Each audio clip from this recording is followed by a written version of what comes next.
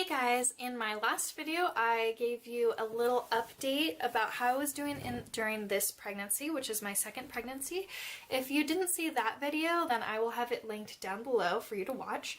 But in this video I mentioned to you guys that I was experiencing depression during this pregnancy. And I also mentioned that I was going to make another video about depression in more detail, so here it is.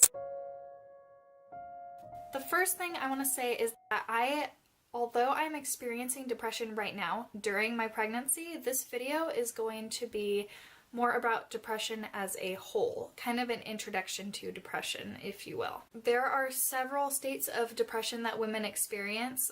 You can experience depression in general, you can experience antepartum depression, or you can experience postpartum depression, which is depression after your pregnancy. All of these are very common. So the first thing I want to talk about is, what is depression? Depression is basically a mood disorder. Well, what's a mood disorder? Every human should experience emotions, right? Every human you know probably does. They experience fear, they experience excitement. You experience love and joy and peace, and you experience grief and sadness too. And these are all completely healthy emotions. In fact, if somebody never experienced these emotions, that would be very worrisome. Am I right? When somebody goes from experiencing emotions, just like everybody else, to having a mood disorder is when these emotions keep you from functioning. For example, if I were so sad that I stayed in bed all day and did not eat, that would be an example of my emotion getting in the way of taking care of myself. So let's talk about some of the causes of depression. At the very fundamentals of depression is a hormonal change that affects the chemicals in your brain. So this isn't just somebody who's down, this is actually something that changes the way you think. And it is a hormonal imbalance. So that's why it's pretty common before or after you have a baby, because there's hormonal changes there. Although this is one of the causes, another thing is that depression can run in families, so it is biological. So if your mother or your grandmother has depression, you have a larger chance of having it yourself. Depression can also be triggered by stressful situations. Any stressful situation, I mean, really, even pregnancy is a stressful situation. Although it is happy and joyful, it's also a worrisome time because you're worried about the baby, your life is changing, your body is changing, everything is becoming different. So that's probably one of the reasons why many women experience antepartum depression. Some other stressful or difficult situations that could trigger depression would be a history of abuse or trauma, previous loss of pregnancy, relationship problems, and I'm sure there are many more causes. One thing that is really important to talk about are the signs or symptoms of depression. There are a lot of signs and symptoms of depression, and me personally, I didn't even know a lot of these were signs of depression, which is why I was not diagnosed very quickly with depression. A lot of times people who have depression don't know they have it, and they end up going to the doctor a lot of times and having the doctor tell them there's nothing wrong with you, which is the worst thing you can hear when you feel like you're sick. So that is something that a lot of people who have depression have experienced, is just not being diagnosed. That's why it's so important to talk about these symptoms and be open about them so that people can find out if they do have depression or help those who have depression and recognize the signs and symptoms. For me, some of the signs that I had were just feeling guilty and feeling worthless, which I didn't associate with being depressed. Also, I was feeling weak and having a loss of strength. Although I wasn't having full-on panic attacks, I was having anxiety about different things going on in my life. And a big sign was me sleeping too much, sleeping through the day just to kind of get it over with. And that is also a sign of depression.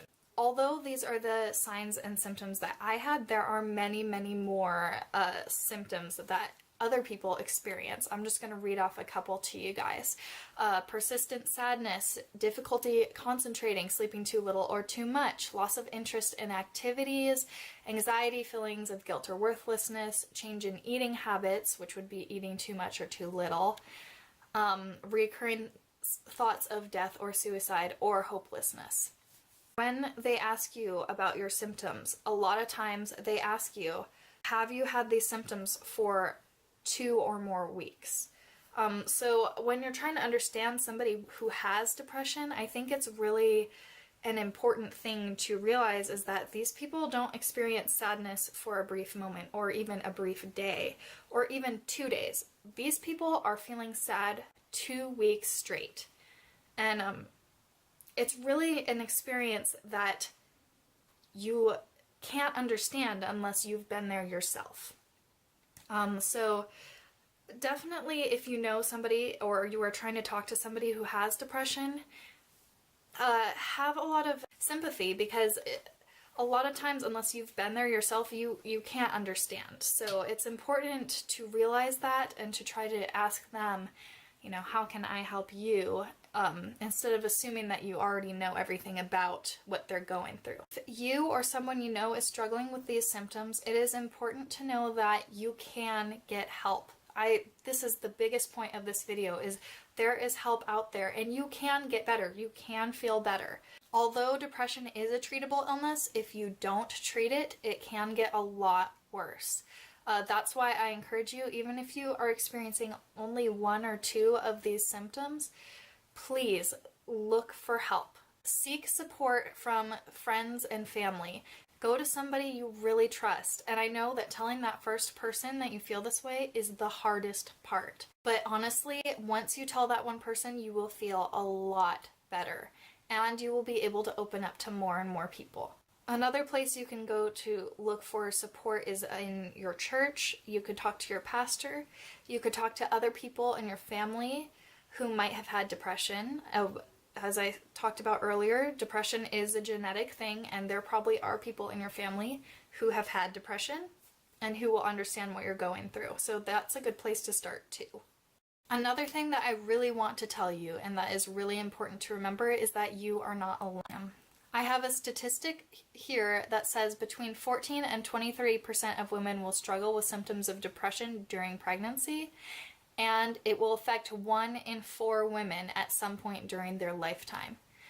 That is 25% of all women will experience depression. So that means that you know somebody who has it. Whether you know they have it or not, I'm sure that there's somebody in your life who is experiencing depression. And this is just women. There are men who have it too.